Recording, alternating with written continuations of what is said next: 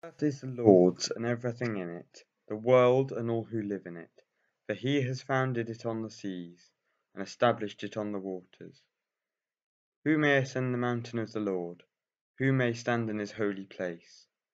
The one who has clean hands and a pure heart, who does not trust in an idol, or swear by a false god.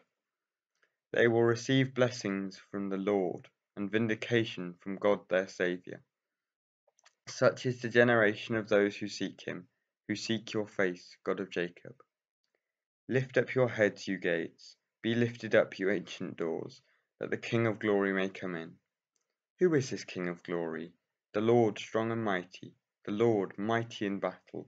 Lift up your heads, you gates, lift them up, you ancient doors, that the King of glory may come in. Who is he, this King of glory? The Lord Almighty, he is the King of glory. This is the word of the Lord. When I was a kid, I used to go to camp every year with the Girl Guides, which is an unusual thing for a boy to do, I know, but it was because my mum was a guide leader. So year after year, I had lots of attention with girls holding my hand and looking after me on trips out and so on. And this carried on for some years until I started to edge into my teens, and the nature of the attention started to change, and it was deemed that the time had come for me to stop going. Well, one memory of guide camp which has really stuck with me is the nightly campfire, and of a particular song which used to get sung called "Oh, You'll Never Go to Heaven." Maybe you know it even if you've never been to guide camp. One person takes the lead and sings, "Oh, you'll never go to heaven," and everyone else echoes, "Oh, you'll never go to heaven." And then the person taking the lead specifies a particularly unusual mode of transport. For example, "in a baked bean tin," and everyone else echoes, "in a baked bean tin." And then it proceeds like this: "'Cause a baked bean tin, 'cause a baked bean tin's got baked beans in, got baked beans in." And then everyone would sing, "Oh, you'll never get to heaven in a baked bean tin, 'cause a baked bean tin's got baked beans in. I ain't gonna grieve my Lord no more." And it goes on like this. Well, I used to really enjoy that song a lot, and as a little child I never had the courage to take the lead, but it did always strike me that although it tells you lots and lots of ways that you'll never go to heaven, it never actually does tell you how you do get to heaven. Well, that is the prophetic dimension of this psalm, Psalm 24, also of course itself a song. And I say it's the prophetic dimension of the psalm because this psalm, just like all the others, comes from a specific original context, but it has much more to give you than just history. As we saw reading Mark chapter 12 a few weeks ago, Jesus took part of Psalm 110 and he pointed in the direction of its prophetic meaning.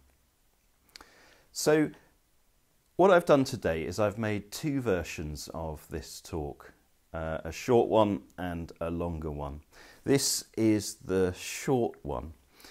If you like a bit more in-depth Bible study and you'd enjoy seeing a few more photos and satellite maps of Jerusalem and this sort of thing, then pause me now and go to this link, aldridgeparish.org.uk/VS. And under the entries for the 9th of August, you'll see a video called Psalm 24 Detailed Version. And I know that detailed version won't be everyone's cup of tea, and so for those sticking with this short version, I'll just briefly summarise the historical setting of Psalm 24 and then move quickly on to its prophetic dimension. I'll just give you a moment to decide whether you're going to stick with this short version or pause me and go for the detailed version on the website. So, short version it is. Well, the historical background to this psalm, I think, is this. an Israelite army returns from battle. And at the head of the procession is the king. It says it's a psalm of David, so let's say it's King David. And with the king at the head of the procession are priests carrying the Ark of the Covenant. And the song starts just as they arrive home. They're at the foot of the hill on which Jerusalem is founded, and they need to climb up it, looking to be allowed in through the city gate at the top. The song has different parts, just like Oh, You'll Never Go to Heaven, with different people singing the different bits. And when they get to the top of the hill, there's a moment of clarification where they figure out exactly which King of Glory the gates are going to open for. Because you've got two, you see, two kings. One is the earthly King David on his royal mule, and the other is the divine King, God, whose presence is symbolized by the Ark of the Covenant. Who is the King of Glory?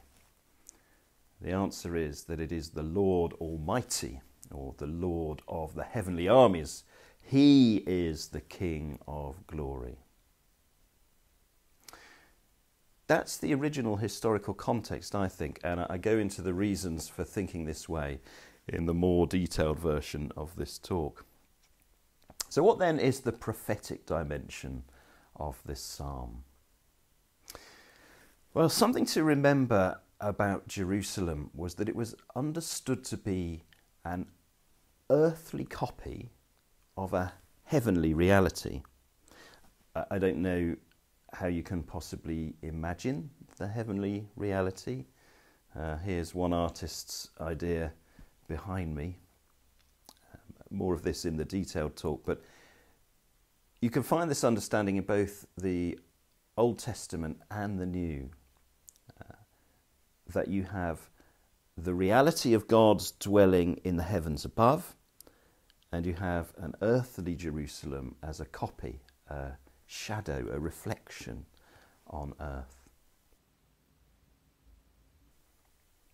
So if we're going to read this psalm in its prophetic dimension, what we need to do is read it not from the perspective of an Israelite soldier, but from the perspective of a Christian making the journey through life towards the heavenly Zion.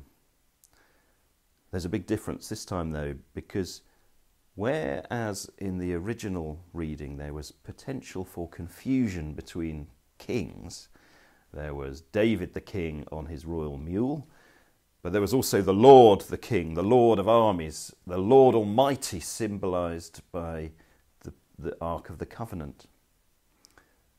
This time there is just one king, and yet he has the natures of both. This is the miracle of incarnation. Yes, he is the messianic fulfillment of the kingship of David, the son of David, king of the Jews, and yet he is also the divine king of the universe, the Lord Almighty incarnate. One king, two natures. So look ahead, if you can, in your mind's eye. He is the one you see. Jesus the Lord, the King, leading the way. And you look to your left and to your right, and there are your brothers and sisters in him, pilgrims together. And we may not be seeing all that much of each other at the moment, but we're all still here. We're still with you on the way. So the worship begins. The earth is the Lord's and everything in it, the world and all who live in it, for he founded it upon the seas and established it upon the waters. And you join in, glad to be able to praise the goodness of the Creator. And the question is asked and the answer given. Who may ascend the hill of the Lord?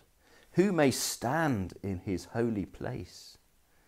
He who has clean hands and a pure heart, who does not lift up his soul to an idol or swear by what is false. He will receive blessing from the Lord and vindication from God his Saviour. And like the Israelite soldier of old, again, if you know your own heart, this is slightly troublesome. Doubt sets in. Have I always been true on the journey, true to my Lord? Have I never given myself over to things which stand in his place? Have I always set him in the highest place in my devotion? Such is the generation of those who seek him, who seek your face, O God of Jacob. The realist in you probably knows that you're most likely not getting through the gate. You hope that your brothers and sisters around you don't find you out. Maybe you don't realise that we're all thinking exactly the same. But here we are, all too soon at the top, at the gates. And the gates are commanded to open, and you find your own voice joining the chorus of command, and everyone else is joining in too. Lift up your heads, O you gates, be lifted up, you ancient doors, that the King of glory may come in. But the angelic keepers of the gate are showing signs of reluctance. Who is this King of glory? They ask. Don't they know? Don't they recognize God the Son incarnate, risen from the dead, ascending the hill of the holy Jerusalem? Don't they see, don't they understand who he is? Well, perhaps they don't. For whilst he is glorious, he is also scarred.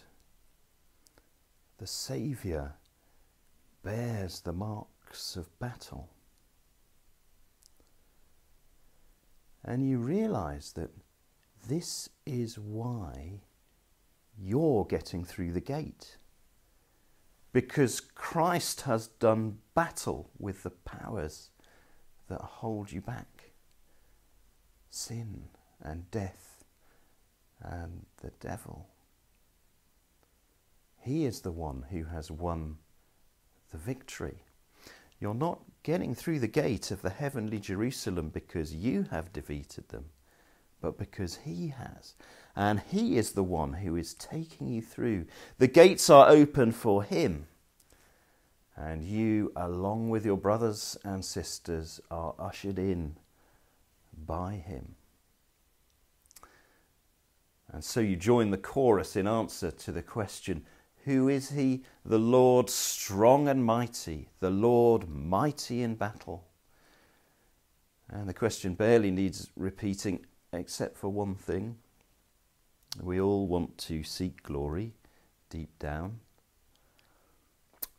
So we ask the question one more time to give us the opportunity to get it perfectly clear to whom the glory really belongs. Lift up your heads, O you gates.